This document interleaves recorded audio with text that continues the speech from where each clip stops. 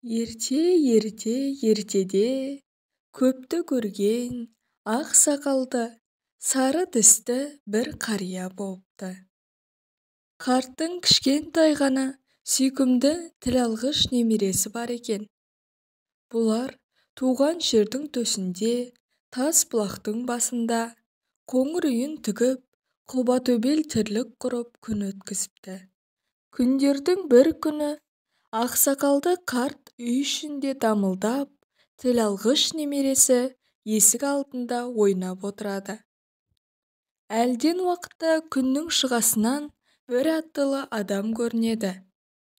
Ақсақалды қарттың тіл алғыш немересі аттылы адамды таңсық көріп қарап отырады. Тақала келе қараса, жүзі бал-бұл жанған, екі көзінен қуаныш нұры төгілген, көңілін шаттық кернеген, мұңсыз қамсыз бір жас жігіт екен. Келген бетте, «Ау балақай, үйде кім бар? Кімде болса хабар бер, бақ келіп тұр деп айт», депті. «Ұзақ жолдан шаршап, ыстық күннен шөлдеп келемін». Тіл алғыш немересі жүгіріп келіп, үйдегі атасын айтады. Сонда атасы, ақ сақалын тарамдап, ойға шомып отырып, былай депті. «Жасым 90-ның 9-ына келді. Басым аман, бауырым бүтін. Бала көрдім, немере сүйдім. Мен білетін бақ осы еді ғой. Егер басқа бақ болса, ол осы уақытқа дейін қайда жүрген?»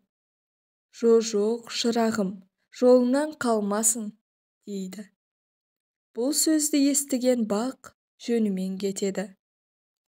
Әлден уақытта күннің батысынан екінші бір аттылы адам көрінеді. Қарттың немересі мұны да таңсық көріп қарап қалады. Тақала келе қараса, сән-салтанаты келіскен біреу болса керек. Елде жоқты мініпті, жұртта жоқты киіпті. Атының ауыздығы алтыннан, тағасы күмістен екен. Ол да келген бетте, «Ей балақай, үйде кім бар? Кімде болса хабар бер, дәулет келіп тұр» деп айт. «Ұзақ жолдан шаршап, ыстық күннен шөлдеп келемін», дейді. Тіл алғыш немересі жүгіріп келіп, үйдегі атасын айтады. Сонда атасы, ақ сақалын тарамдап, ойға шомып отырып, былай депті.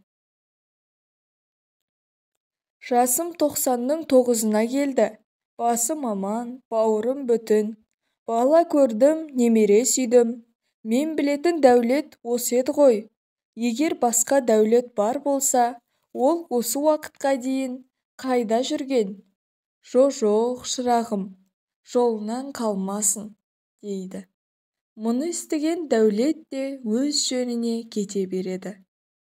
Әлден уақытта түстік жақтан тағы бір аттылы адам көрінеді. Қарттың немересі мұны да таңсық көріп қарап қалады. Тақала келе қараса, күнде көріп жүрген ауыл адамдарына ұқсас қарапайым бір жан екен. Бір түрлі мейіріммен тіл қатады. «Уа балдырған, есен саумысың? Бар бол, шырағым. Үй ішінде үлкенің бар ма? Хабар кер. Аман келіп тұр деп айт. Ұзақ жолдан қажып, ыстық күннен шөлдеп келемін», дейді. Тіл алғыш немересі бұл жолы да жүгіріп келіп, үйдегі атасын айтады. Сонда ақ сақалын тарамдап, ойға шомып отырған атасы еңсесін көтеріп, бір қолымен жер тіреп, бір қолымен керегенің көгінен ұстап, орнынан тұрыпты. Сол бетінде сыртқа шығып, келіп тұрған жолаушыға қол қусырып былай депті. Жолаушым, аман болсаң, төрім сенікі. Атыңнан түс, беліңді шеш, жоғары шық. Бақ та, дәулет те, елдің тыныштығында, ердің амандығында, заманның бейбітшілігінде ғой. Аман ердің аты шығады деген. Менің қамқоршым болғайсың. осылай деп оң шырай білдірген ақ сақалды қарт Аманды қолтығынан демеп аттан түсіреді. Қараша үйінің төріне шығарып дастархан жайып сусын ұсынады. Осы кезде үй сыртынан ат дүбірі естіліп, бір-екі адам аттан түскендей болды. Бұлар бағанағы Бақ пен Дәулет еді, дейді.